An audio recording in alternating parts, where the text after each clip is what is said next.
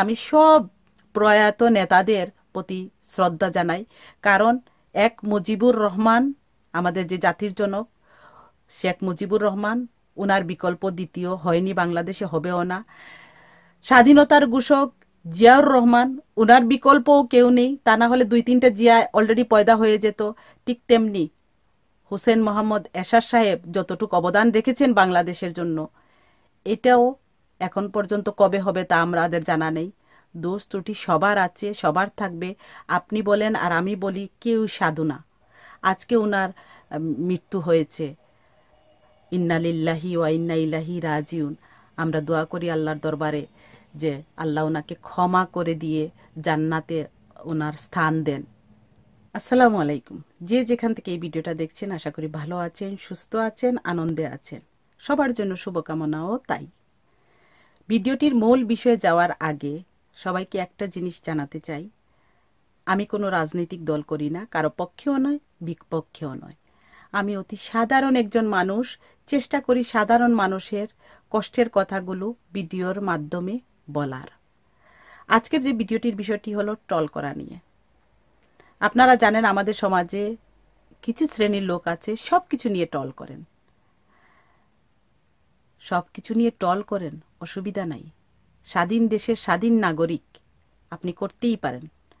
ইন্টারনেটের খরচ আপনার, মোবাইল আপনার, সময় আপনার, আপনি করেন, কোনো বাধা নাই। কিন্তু কষ্টদায়ক ব্যাপারটা হলো যখন কেউ মৃত্যু নিয়ে ট্রল করে। আপনারা জানেন এটিএম শামসুজ্জামান সাহেবকে নিয়ে অনেকবার ট্রল হয়েছে। আমাদের প্রয়াত রাষ্ট্রপতি হোসেন মোহাম্মদ এরশাদ সাহেবকে নিয়েও ট্রল হয়েছে। বিষয়টা খুবই কষ্টকর। একবার চিন্তা করে দেখেছেন যারা ট্রল করেন যে যদি আপনার পরিবারের সাথে এই কাজটা হয় কিরকম লাগবে? একটু চিন্তা করেন। সব কিছু নিয়ে আমরা ট্রল করি, কিন্তু মৃত্যু নিয়ে নাই বা করলাম, তাও আমরা করি। সবিনয় অনুরোধ থাকবে সবার কাছে, আমরা যেন মৃত্যুটাকে নিয়ে ট্রল না করি। আজ না হয় কাল আমাদের সবাইকে যেতে হবে। যাই হোক, মূল বিষয়ে আসি যে হোসেন মোহাম্মদ এরশাদ সাহেব, উনি যখন ওনার শাসন আমলে আমরা অনেক ছোট ছিলাম, অনেক কিছুই বুঝতে পারিনি। কিন্তু মুক্তিযুদ্ধের সময় আমরা ছোট ছিলাম, 52 ভাষা আন্দোলনের সময় ছোট ছিলাম। আমরা এগুলো পড়ে দেখে গুরুজনের কাছ থেকে শুনে আমরা জানতে পেরেছি। এরশাদ সাহেবের অনেক ত্রুটি ছিল, মানলাম ত্রুটি ছিল, কিন্তু ওনার অনেক অবদানও ছিল, এটি আপনারা অস্বীকার করতে পারবেন না। বাংলাদেশে রাষ্ট্রীয় ধর্ম ইসলাম, এটি কিন্তু এরশাদ সাহেব করেছেন। তখন বাংলাদেশের একমাত্র চ্যানেল ছিল বিটিভি, সেইখানে আজান প্রচার করতে হবে, এইটার প্রচলন কিন্তু এরশাদ সাহেবই করেছিলেন। আর এইটা করার ফলে এখন সব চ্যানেলে আমরা 5 ওয়াক্তের আজানগুলো শুনতে পাই। মাদ্রাসায়, মসজিদে কর মাফ করাটা কিন্তু এরশাদ সাহেবই করেছিলেন। তারপর শুক্রবার সরকারি ছুটির দিন ঘোষণাটা কিন্তু এরশাদ সাহেব করেছিলেন। এরশাদ সাহেব দীর্ঘ 9 বছর দেশ শাসন করেছেন। অনেকের দৃষ্টিতে এটা বলে স্বৈরাচারের তার নাম হয়েছে, কিন্তু এরশাদ সাহেব একলা ব্যক্তি নন যিনি 9 বছর বাংলাদেশকে শাসন করেছেন।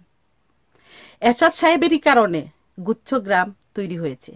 আজকে আপনি আমি যে ইউনিয়ন পরিষদে যাচ্ছি আমাদের অভিযোগ নিয়ে, আমাদের জনপ্রতিনিধি আমরা ইউনিয়ন পরিষদে আমরা যে তৈরি করছি বা আমরা যে আমাদের মতামত দিচ্ছি, সমস্যার সমাধান করছি, এটা কিন্তু এরশাদ সাহেবই প্রথম চিন্তা করেছিলেন এবং এটা প্রচলন করেছিলেন।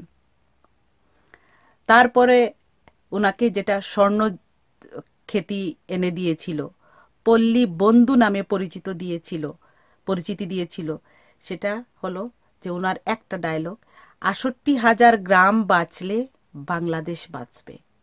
কথাটা কিন্তু ধ্রুব সত্য। আজ দেখেন কৃষকের কি অবস্থা। তারপর রাস্তাঘাট উন্নয়ন তো ছিলই, এটা তো অস্বীকার বলবো না, করা যায় না। এরশাদ সাহেবের আমলে ত্রুটি ছিল, অনেক ত্রুটি ছিল, কিন্তু বাংলার জনগণের জন্য ওনার অনেক অবদানও ছিল। অনেকেই বলবেন যে ঠিক আছে উনাকে আল্লাহ ক্ষমা করবেন, উনি তো অনেক মানে খারাপ কাজ করে গিয়েছেন, সেটি তো লোকজন বলবেই, মানি উনি অনেক খারাপ কাজ করে গিয়েছেন, আমরা বলবো। কিন্তু এজ এ মুসলমান হিসাবে, এজ এ মুমিন হিসাবে আজকের মৃত্যুর দিনটা কি আমরা নীরবতা পালন করতে পারি না? আজকের মৃত্যুর দিনটিতে কি আমরা আমাদের মানবিকতার পরিচয় দিতে পারি না? উনি যে কর্ম করে গিয়েছেন এটি উনি মুছতে পারবেন না কোনোদিন। কিয়ামত পর্যন্ত বাংলাদেশ যতদিন থাকবে ততদিন ওনার এই কর্মফলগুলো থাকবে, কি কি করে গেছেন, কথাগুলো রয়ে যাবে। একদিন পরে, এক সপ্তাহ পরে করেন, অসুবিধা নাই। আমরা কি আমাদের মুমিনের পরিচয়টুকু আমরা দিতে পারবো না? এরশাদ সাহেবের সবচেয়ে ভুলটা ছিল সেটা হলো উনি ছাত্র রাজনীতি চাননি, যার জন্য ওনার দলটা ভারী হয়নি। নিরপেক্ষভাবে আমার ক্ষুদ্র জ্ঞানে বলছি, আমি জানি না, আমি রাজনীতি সম্পর্কে এত এক্সপার্ট মানুষ না। তো উনি যদি ছাত্র রাজনীতিটা চালু করতেন তাহলে ওনারও একটা স্টাবলিশড, যেটা অন্যান্য দলের হয়ে থাকে, সেরকম দলটা ওনার থাকতো। কিন্তু এই ছাত্র রাজনীতিটা উনি শিথিল করতে চেয়েছিলেন বা চাননি। এইটার কারণে দেখেন আজকে ছাত্ররা, ইউনিভার্সিটির ছাত্ররা কি করছে রাজনীতির নামে, কিভাবে একজন আরেকজনকে খুন করছে, কত মায়ের বুক খালি হচ্ছে রাজনীতির নামে করে। ঠিক আছে, ছাত্র রাজনীতি দরকার আছে, হয়তোবা ওনার কি কারণে করেছেন জানি না। আর আজকালকে দেখেন নেতারা নিজেদের ছেলে মেয়েদের দেশের বাইরে পাঠিয়ে নিরাপদভাবে রেখে অন্যের ছেলে মেয়েদের দিয়ে সন্ত্রাস সৃষ্টি করছেন। এরকম নেতার অভাব নাই কিন্তু বাংলাদেশে, এটা আপনি স্বীকার করতেই হবে। যাই হোক, আমরা ট্রলেই থাকি। তো এরকম অনেক কিছুই করেছেন এরশাদ সাহেব বাংলাদেশের জন্য। আমরা প্লিজ, একজন মানুষ পৃথিবী সবার ঊর্ধ্বে চলে গিয়েছেন। তো আমরা চেষ্টা করি যে মানুষটা আমাদেরকে ছেড়ে চলে গিয়েছেন, আল্লাহ যদি ওনাকে ক্ষমা করে দেন তাহলে ক্ষমা হবে। আমাদের অনেক নেতারই ত্রুটি আছে, অনেকেই কে কি করেন, আমি কোনো দলের পক্ষে কারো নাম ধরে বলতে চাই না। আমি ছেড়ে দিলাম সেই সাধারণ জনগণ যারা টল করেন, যারা একজন মৃত ব্যক্তিকে নিয়ে খারাপ কথাগুলো বলেন। প্লিজ একটু আমরা মানবতার পরিচয় দেই, একটু আমরা মুমিন মুসলমান হিসাবে আমরা একটু উনার মৃত্যুর দিনটা বা মৃত্যুর কিছু দিনটা, এক সপ্তাহটা আমরা এই কথাগুলো নাই বা বললাম, পরবর্তীতে বললাম, বিচারের বার আপনাদের হাতে। আমি আমার মতামতগুলো বললাম। ভালো থাকেন, সুস্থ থাকেন, আল্লাহ আমাদের সবাইকে হেদায়েত দান করেন। আমিন। আসসালামু আলাইকুম।